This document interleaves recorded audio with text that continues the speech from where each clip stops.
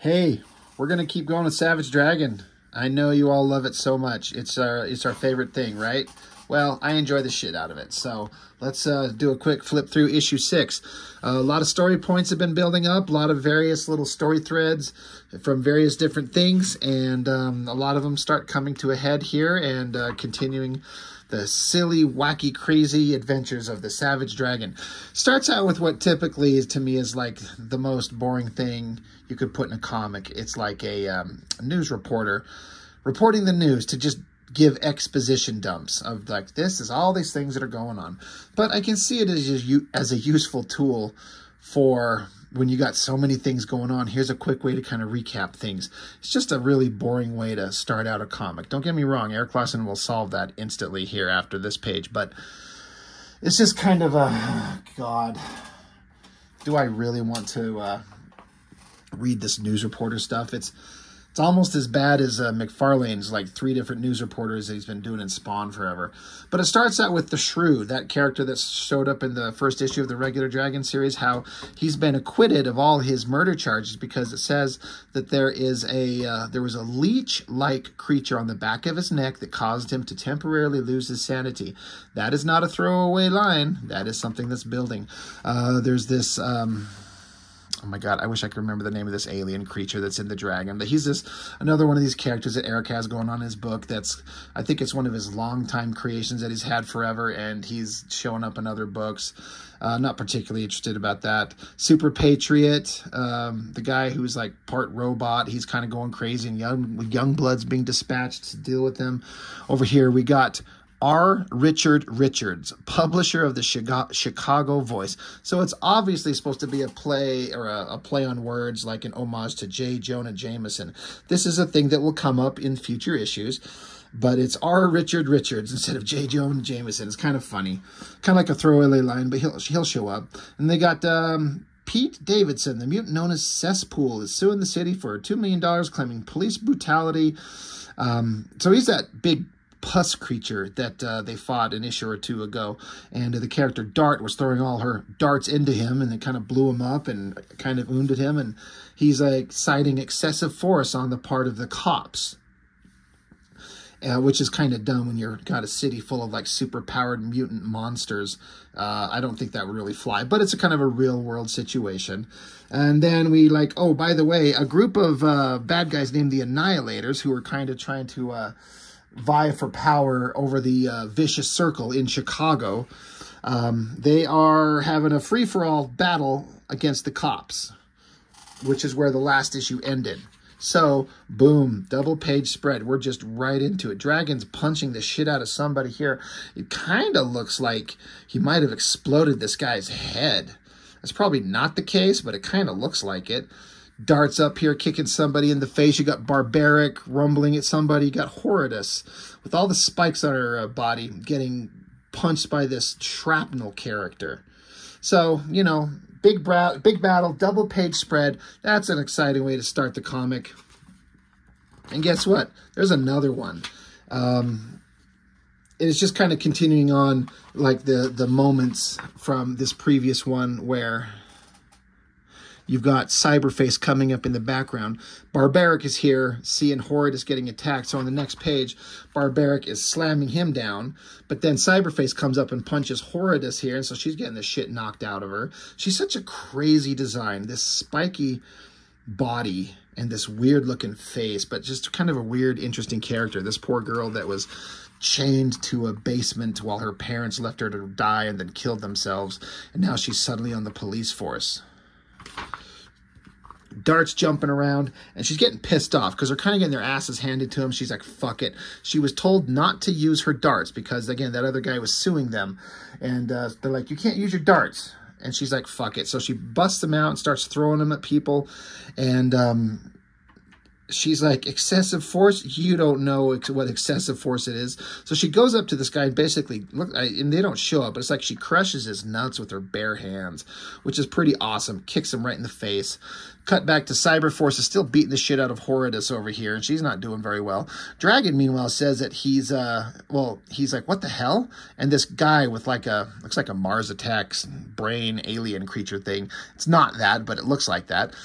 He's like, got you. Feel yourself slowing, stopping. Your mind warp is in the driver's seat. So he's mind warp. So he can obviously control your abilities, like basically control your mind. So he starts forcing the dragon to punch himself. Bam, across the face again. So I guess dragon gets a moment where he can kind of control himself a little bit and flicks some blood into the eye of this mind warp guy to distract him, and then gets a big shot off just punching the shit out of him. Blood everywhere. Again, it makes me think like could have killed that guy. Maybe, what has he got, like is it a skull or a glass jar holding his brain in there? Is he dead? Who knows? Meanwhile, back to the other part of I guess I should mention, I mean, anybody's following along knows this stuff, but, you know, Dragon's on the police force, and he's the superpowered cop that's given the cops a fighting chance against all the superpowered villains out there, but they wanted to expand on that, so they got this group of superpowered superhumans, and that's all these characters we've been seeing, and this is including Rapture, this girl who's got kind of an eye on Dragon. She's dripping for Dragon. We've established that in the last issue. She's jumping around. She's got electric power, so she can like fry these guys. But she's like, hands off the merchandise, creep. That does it. You're toast. I like that shot of Rapture. It's a good shot. Like, it's kind of over the top, overly sexualized a bit. You know, giant chest, tiny waist, spread legs. But it's still pretty dynamic. The character Shrapnel, who can, like, his body's just a bunch of metal shards. He starts firing some of these shards at Rapture. She's like, holy Jesus Christ. But Dragon jumps in the way and takes all the shrapnel. And Rapture's like, oh my God, I am not ready for this. I am not ready for this. They got this character over here. He's, he has a really freaking weird way of speaking.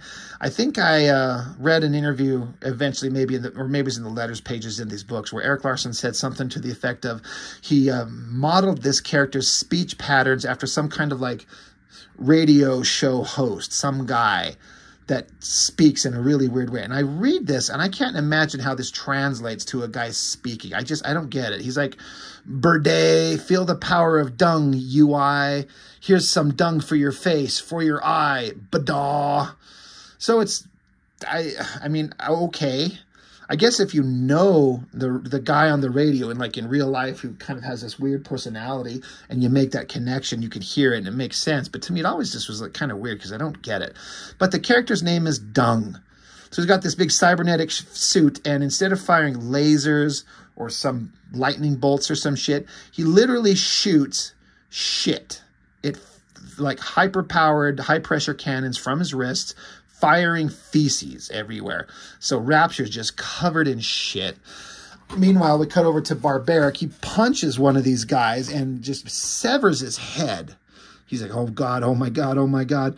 Cyberface punches Barbaric, and then Dart, she's like, we're being slaughtered. Oh Christ, we're doomed. Like, they jumped in there. They thought they could handle it, and they're a pretty formidable force, these you know, Dragon and these other heroes. But these bad guys are just really, really strong. They need some backup. They need some muscle. Well, hell yeah. There's a page turn right there. This is like classic Eric Larson. This extreme forced perspective, that giant fist coming toward you. I kind of submit that no one draws better, like super powerful, bony looking, like meaty looking fists than Eric Larson. That just looks badass. This is Mighty Man. This is the character that we've been following, where he was announced as being dead way back in issue 1. But then people have been spotting him, like flying around like he's alive, like is he back from the dead? And there's been some backup issues or backup stories on the flip side of these books, kind of explaining who he is. It's the same guy. It's like a Shazam situation. One human has the abilities, the powers, but you can turn into Mighty Man, and it's just this body. So it's the same body, but a different person. And they're like, oh my God, it's Mighty Man. I thought he was dead. And so Dragon, who's been given, so Dart has seen Dart has seen Mighty Man out and about. And Dragon didn't believe her. He's like, all right, you're kind of high, you're a little crazy. And Dart's like, fuck off. But now Dragon sees Mighty Man. And he's like, Jesus, he really is alive. So Dart's like, yeah, he is. You can ask him about Elvis if you want to, jerk, which is a line from an issue earlier. So Mighty Man shows up and just pummels the shit out of everyone. He's basically Superman here. So it gives the opportunity for Dragon and the Freak Force to kind of rally and keep fighting back. A bunch of the bad guys go running off into another room. They're getting into a transporter. So they're like, hurry, go, fire up the transport. We got to get out of here. Like, you know, we've lost. We got to go. So they're teleporting out, and right at that moment, Barbaric comes up to the controls and slams his fist down on him, exploding it, and it looks like it implies that it could have killed the people teleporting out mid-transport.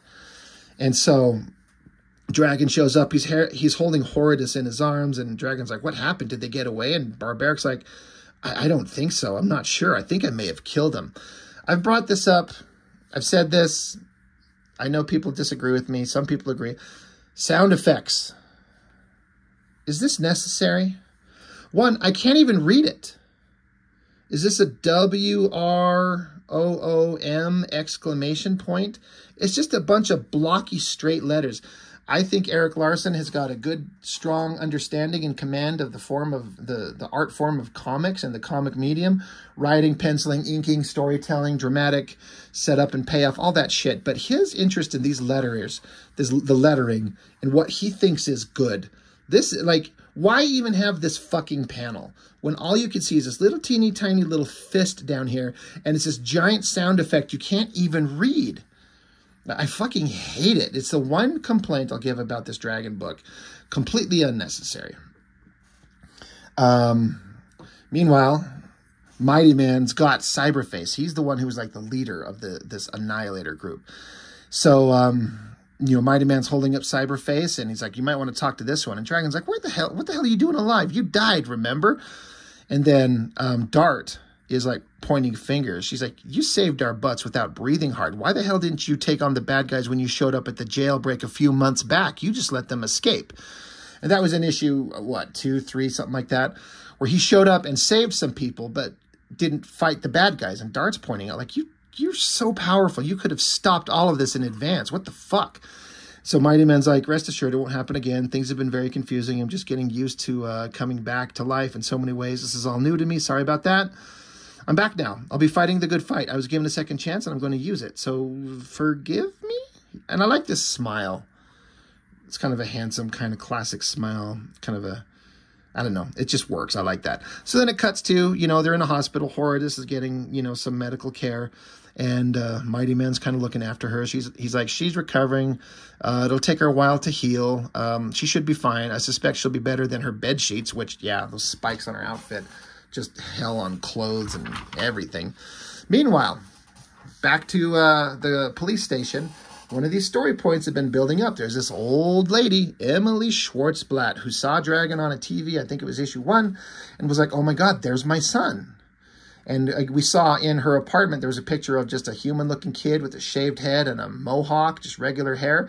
And she thinks that this is him. So she's been traveling to come see him. So she hugs him. Dragon's like, lady, I don't mean to be rude, but who the hell are you? She's like, I'm your mother. You're Rodney. You must recognize me. So he kind of walks off. I don't. Now, if you'll excuse me. And so the lady's like, I've got pictures. So it's like, oh, shit. Are we about to find out some history of Dragon? Like, what's this? Before we get to that, a twisted poster insert by Jay Lee. That's awesome.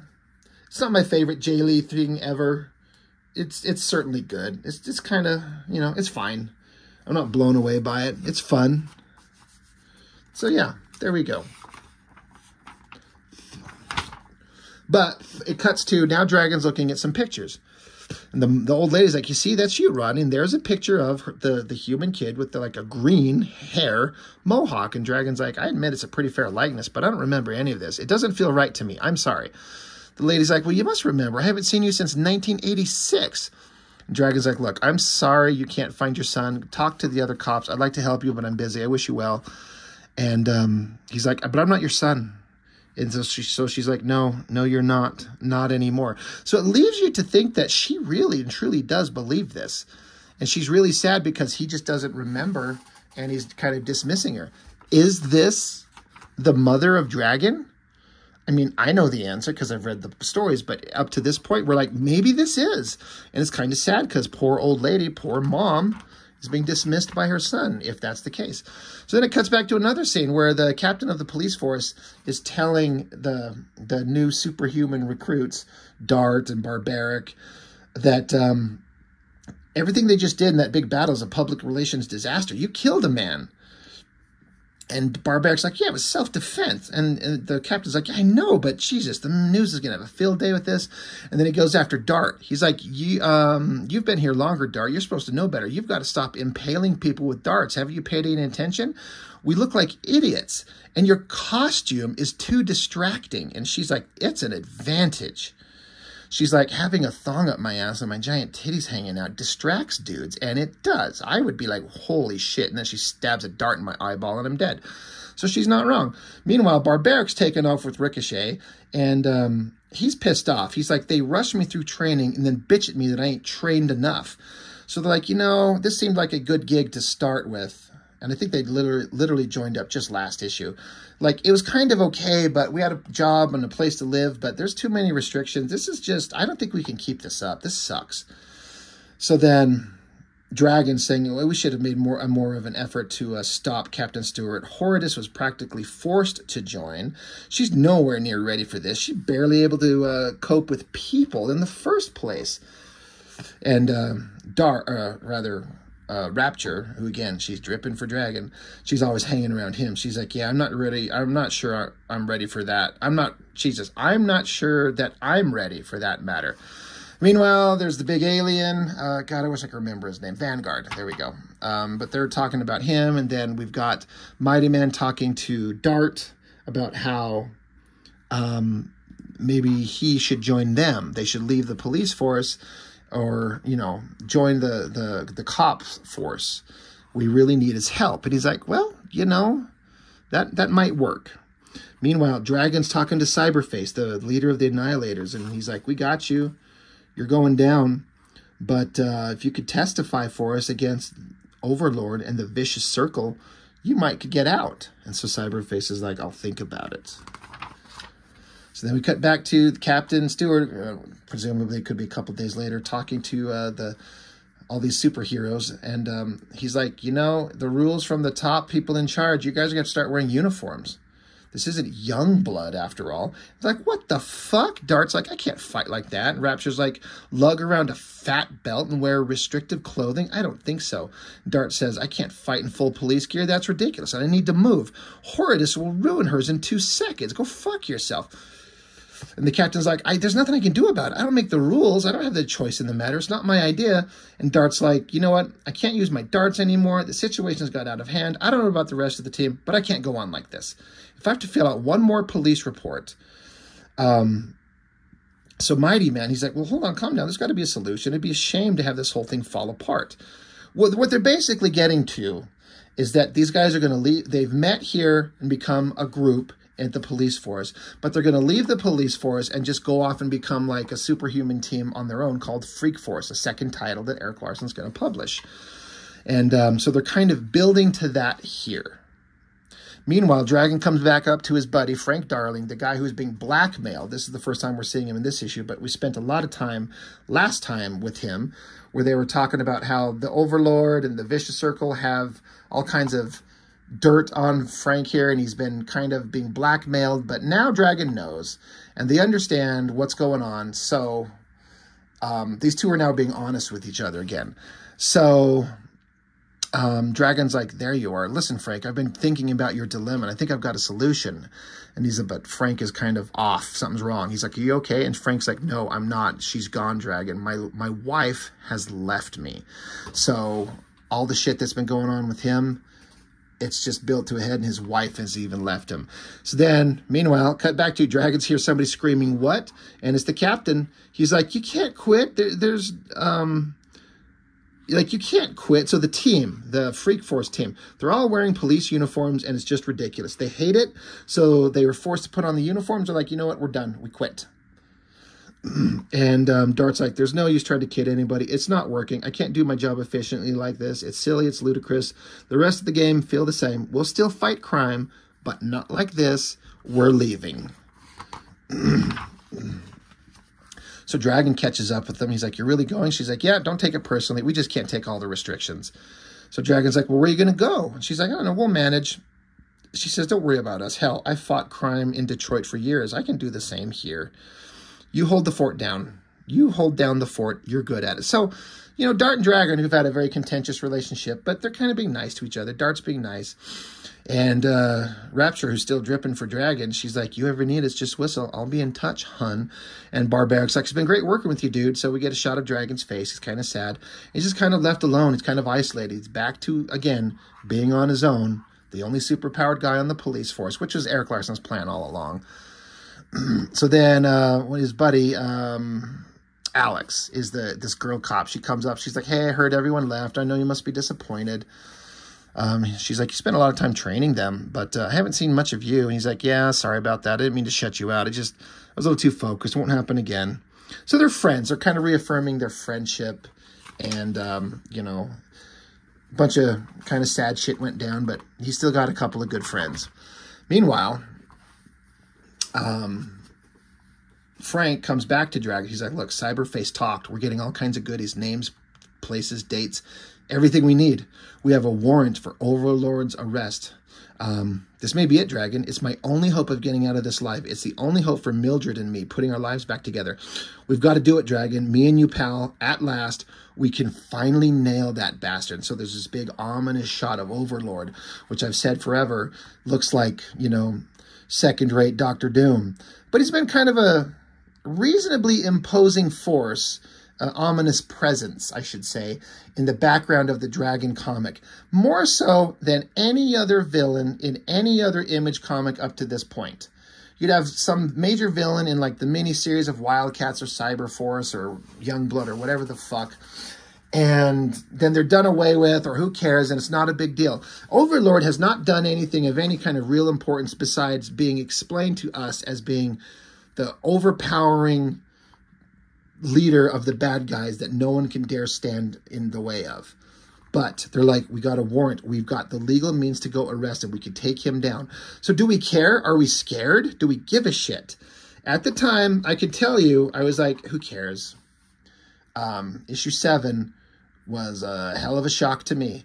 And most likely next scenario when I do issue 7, my brother will probably be with me. And we're going to talk about issue 7, which was quite the book. It's one of those things where I was just blown away. We'll talk about it when we get to it. Eric Larson continues to, you know, have a great letters column. Lots of questions, lots of answers, a lot of information that's be given out in the letters pages, and it's fun. And then there you go. There's Freak Force #1. So all those characters. Super Patriot ends up joining him. All these characters who were introduced in the Dragon comic just kind of spin off into their own series. I never read Freak Force, maybe to my detriment because I like the characters. I've said it before, I don't think Victor Bridges is a very dynamic, interesting artist. I have to love the art, and I do not. He's a guy that was working professionally. He's better than me. What the fuck do I know? But it's just extremely boring to me. And if I'm going to put down $2 more to pick up another title when I was picking up almost everything Image Comics was putting out, I better fucking love it. And maybe I would have if I read it, but artistically, I was not into Victor Bridges' work, and so I skipped it 100%. So that was it. So Dragon #6, again, you know, I don't have a huge following that love these as much as me, but there's a couple of you. I find these incredibly fun, and Eric Larson's just a great storyteller. He knows what he's doing. And issue 7 will be fun when we get to that one. So that's all for now. Thank you for watching. I will see you on the next one.